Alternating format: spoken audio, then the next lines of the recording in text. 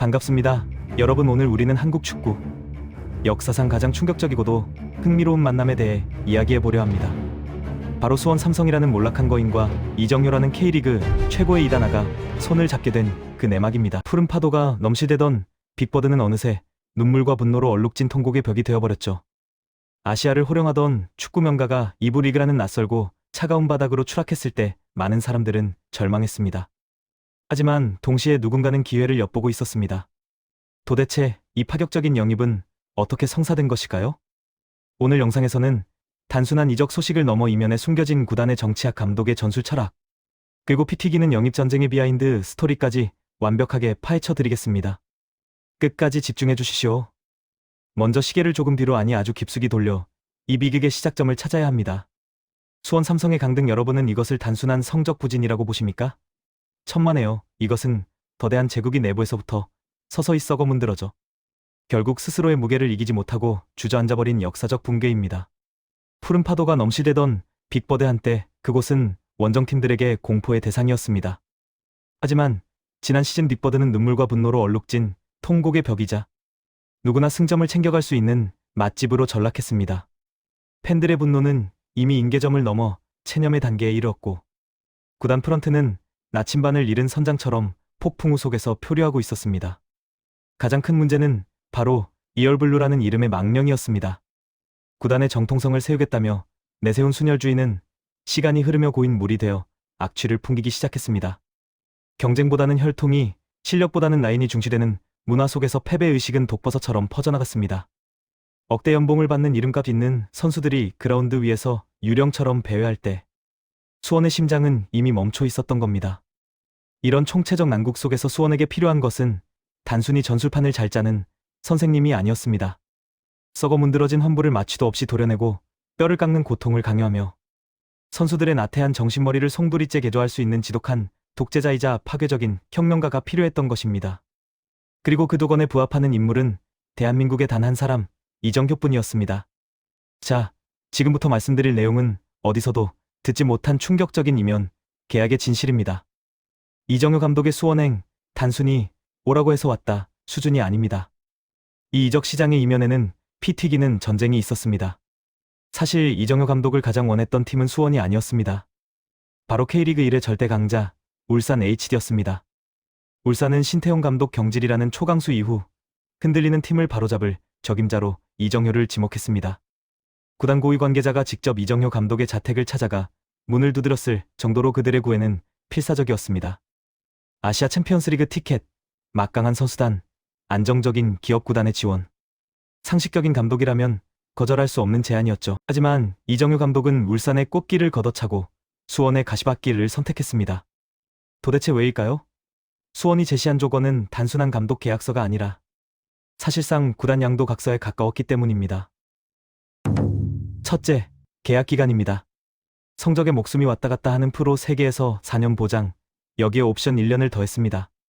당신이 팀을 다 부수고 새로 짓는 동안 우리는 절대 당신을 자르지 않겠다는 무한한 신뢰의 증표입니다.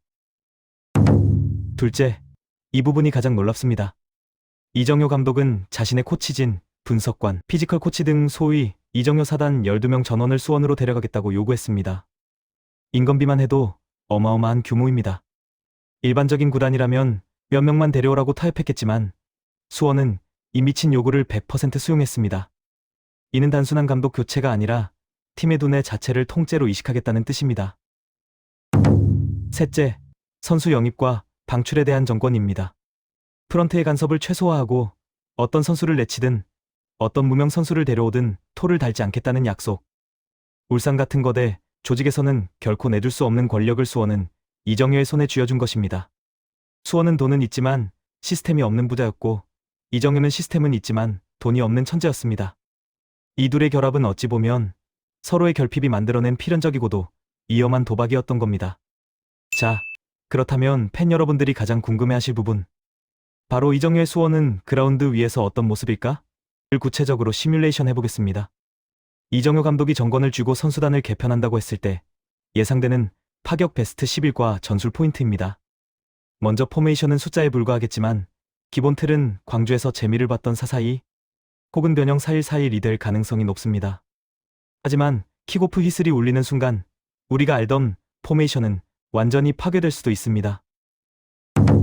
첫 번째 핵심은 풀백의 중앙 이동입니다. 이정효 감독 전술의 심장구죠. 여기서 가장 흥미로운 관전 포인트는 베테랑 이기재와 김태환의 활용법입니다.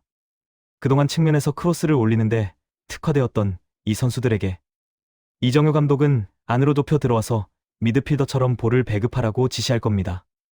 만약 이들이 이 복잡한 포지셔닝을 소화하지 못한다면 가차 없습니다.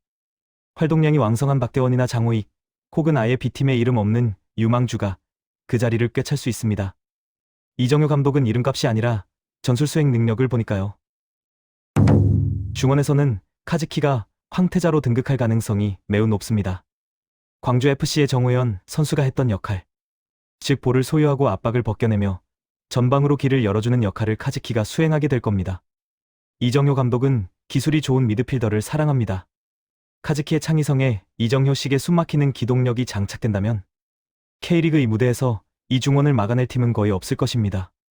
다만 수비 가담과 활동량이 부족하다면 카즈키 역시 벤치를 달궈야 할지도 모릅니다. 최전방은 가장 큰 물음표이자 기대처입니다. 바로 뮬리치입니다. 이정효 감독의 공격수는 전방에서부터 미친 듯이 뛰어야 합니다. 상대 수비수가 공을 잡을 틈을 주지 않고 몰아쳐야 하죠. 우리가 알던 서 있는 뮬리치는 더 이상 볼 수 없을 겁니다. 이정효 감독은 훈련장에서 뮬리치의 멱살을 잡고서라도 뛰게 만들 겁니다. 만약 뮬리치가 이 활동량을 감당해낸다면 2m의 키와 스피드를 갖춘 그는 K리그 2의 생태계의 교란종이 될 수 있습니다. 하지만 실패한다면 김주찬이나 전진우 같은 빠르고 많이 뛰는 젊은 자원들이 제로톱 형태로 그 자리를 대신하거나 이정효 감독이 직접 픽한 제3의 외국인 선수가 등장할 것입니다. 마지막으로 골키퍼입니다. 양용모 선수는 이제 손보다 발을 더 많이 써야 할지도 모릅니다. 골키퍼가 페널티 박스 밖까지 나와 센터백 사이에서 패스기를 여는 플레이, 심장이 약한 팬들은 눈뜨고 못볼 아슬아슬한 빌드업이 수원의 새로운 팀 컬러가 될 것입니다. 단순한 뻥축구는 없습니다. 골키퍼부터 최전방까지 11명 전원이 유기적으로 움직이는 하나의 기계 같은 팀. 이것이 바로 이정효 감독이 그리는 수원 삼성 리빌딩의 청사진입니다. 물론 이 과정에서 적응하지 못하고 팀을 떠나는 프랜차이즈 스타가 나올 수도 있습니다. 팬들에게는 아픔이겠지만 썩은 살을 도려내지 않고는 새 살이 돋을 수 없다는 것을 이정효 감독은 누구보다 잘 알고 있기 때문입니다. 이제 수원의 팬들은 기대와 불안이 뒤섞인 기묘한 감정으로 새 시즌을 기다리고 있습니다. 누군가는 이정효가 난파선의 구세주가 될 것이라 환호하고 누군가는 그의 불같은 성격이 팀을 더 큰 혼란으로 몰아넣지 않을까 걱정합니다. 하지만 한 가지 확실한 것은 이정효의 수원행은 K리그 전체의 판도를 뒤흔드는 지각 변동이라는 사실입니다. 2부 리그인 K리그2는 이제 변방의 리그가 아닙니다. 이정효가 이끄는 거함 수원과 그 수원을 침몰시키기 위해 달려들 12개 구단의 처절한 전쟁터. 이것은 K리그 1보다 더 뜨거운 관심을 받는 슈퍼리그가 될 것입니다. 모든 팀들이 타도 이정효를 외치며 죽기 살기로 덤벼들 것이고 수원은 매경기 결승전을 치러야 할 겁니다. 이정효 감독은 아마 부임 첫날 선수들에게 이렇게 말했을 겁니다. 나를 믿지 말고 우리가 훈련한 것을 믿어라. 경기장에서 피를 토할 각오가 없다면 내 눈에 띄지 마라. 그의 눈빛은 굶주린 늑대처럼 번뜩였을 것이고 그동안 패배감에 젖어있던 선수들의 등골은 서늘해졌을 겁니다. 기존의 낡은 질서가 파괴되고 새로운 질서가 세워지는 그 혼란스럽지만 에너지가 넘치는 순간 수원은 지금 그 태풍의 눈 한가운데 서 있습니다. 우리는 여기서 냉정하게 현실을 직시해야 합니다. 돈이 전부가 아니라는 것은 수원이 증명했고 전술이 전부가 아니라는 것은 수많은 실패한 천재들이 증명했습니다. 결국 중요한 것은 돈과 전술, 그리고 구단의 문화가 삼위일체가 되어 돌아가는 해입니다. 이 드라마의 결말이 해피엔딩일지 비극일지는 아무도 모릅니다. 하지만 변화하지 않으면 죽는다. 혁신하지 않으면 도태된다. 이 살벌한 진리를 이정효 감독은 온몸으로 증명해 보일 것입니다. 그리고 우리는 그 역사의 증인이 되겠죠. 준비되셨나요? 한국 축구 역사상 가장 시끄럽고 가장 화제의 중심, 가장 뜨거운 감독의 수원이 시작됐습니다. 이제 킥오프 휘슬이 울릴 시간입니다. 시청해주셔서 감사합니다. 지금까지 K의 스포츠 프로파일러였습니다. 도움이 되셨다면 구독과 좋아요, 그리고 여러분의 예상 순위를 댓글로 남겨주십시오. 다음 영상에서 뵙겠습니다.